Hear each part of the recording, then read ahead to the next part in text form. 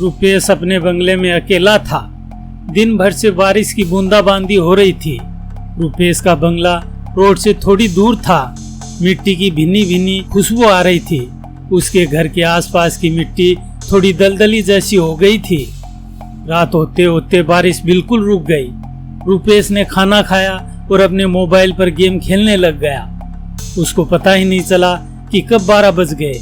उसने अपने दोस्तों को गुड नाइट का मैसेज भेजा और सोने की तैयारी करने लगा। बाहर बिल्कुल सन्नाटा छाया हुआ था। बस बरसाती जानवरों की आवाज सुन रही थी। रुपेश जैसे ही बिस्तर पर लेटा, उसके बंगले के बाहर कदमों की आहट हुई। उसने आवाज लगाई, कौन है? लेकिन सामने से कोई आवाज नहीं आई।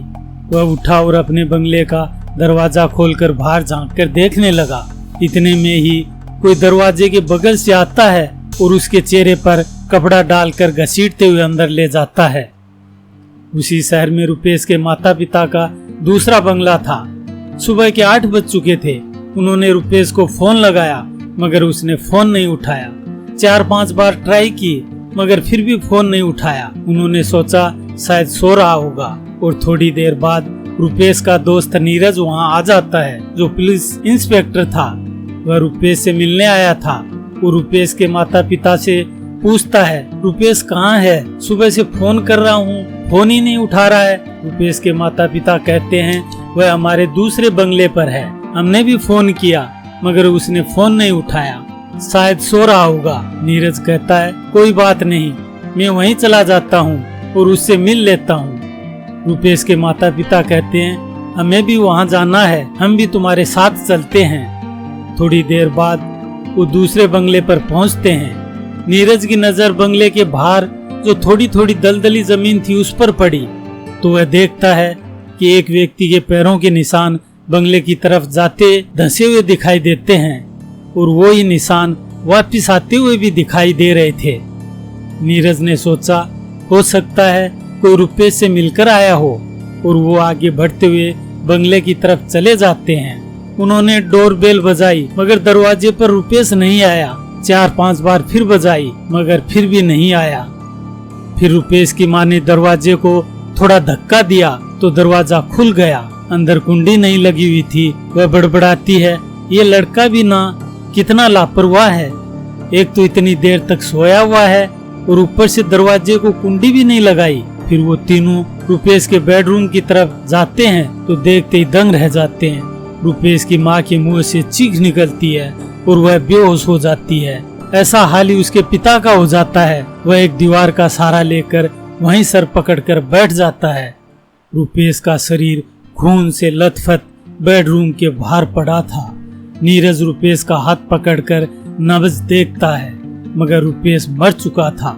नीरज बंगले में इधर उधर नजर दौड़ाता है तो देखता है खून से सने हुए हाथों के पोंछने के निशान ही निशान नजर आते हैं और 2-4 कपड़े भी पड़े थे जिनसे हाथों का खून पोंछा गया था।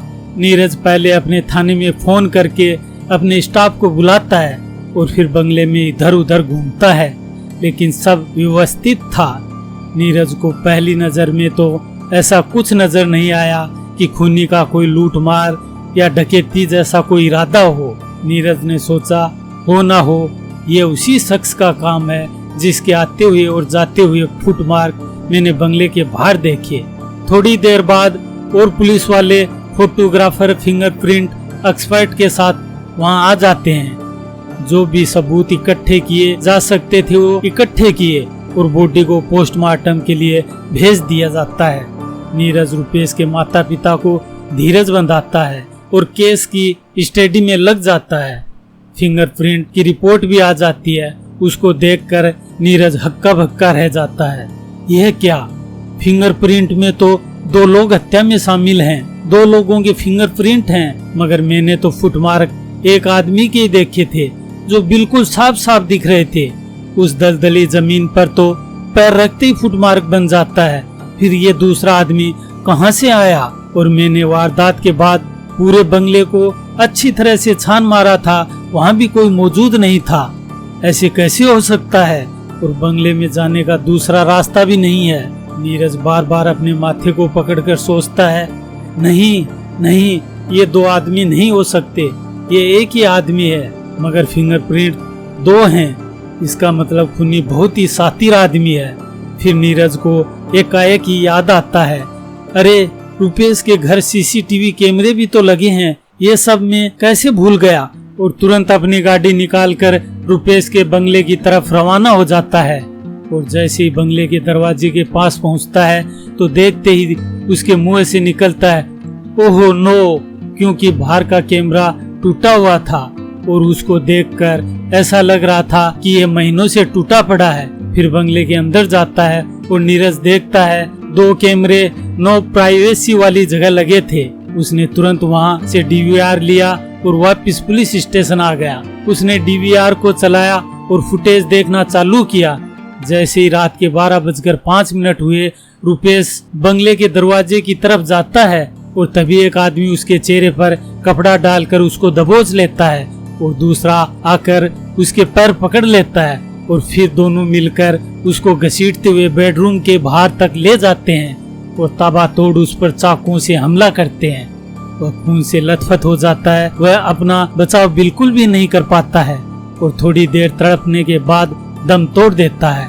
यह सब देखकर नीरज की आंखों में पानी आ जाता है और कुछ पल के लिए वो अपनी आंखें बंद कर लेता है और फिर आगे फुटेज देखता है तो दोनों वारदात को अंजाम देने के बाद वहाँ से चले जाते हैं। दरवाजे तक तो वो जाते हुए दिखाई देते हैं, लेकिन आगे की कोई कवरेज नहीं आती है क्योंकि बाहर कैमरा खराब था। नीरज फिर गहन चिंता में डूब जाता है। फिंगरप्रिंट रिपोर्ट सही थी, मर्डर दो आदमियों ने ही किया है, मगर फिर उसके जहन को एक ही सवाल बार बार कोस रहा था कि वो दूसरा आदमी आया तो आया कहाँ से और गया तो गया कहाँ। लाख कोशिश की मगर ये गुत्थी वो नहीं सुलझा पा रहा था।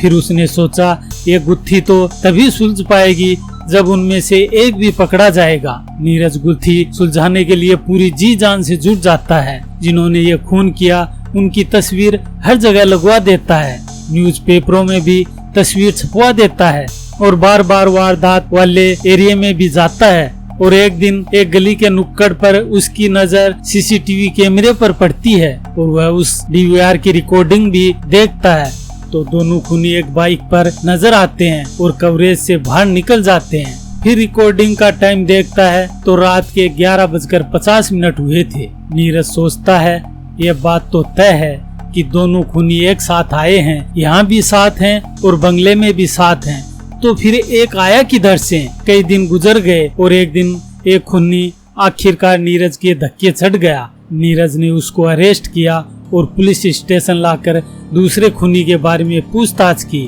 और उसकी निशानदेही पर उसको भी अरेस्ट कर लेता है। उन्होंने अपना गुनाह कबूल कर लिया।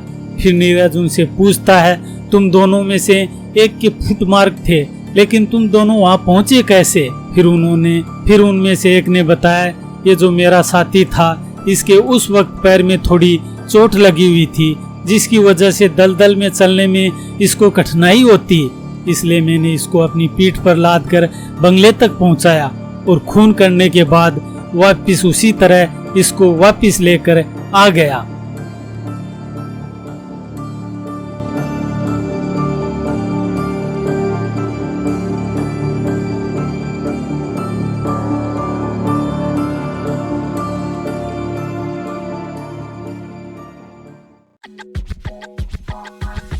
दोस्तों, मेरे चैनल राजसवी प्रोडक्शन पर आपका हार्दिक स्वागत है।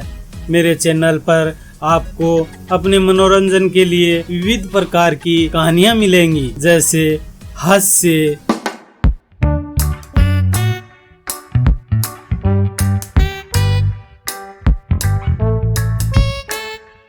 व्यंग्य,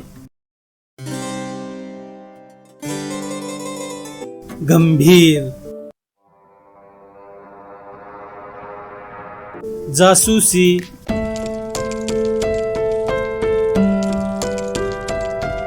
हॉरर,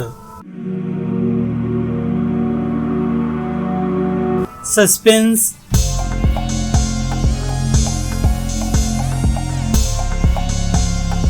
या फिर एक ही टॉपिक पर कहानियों की सीरीज।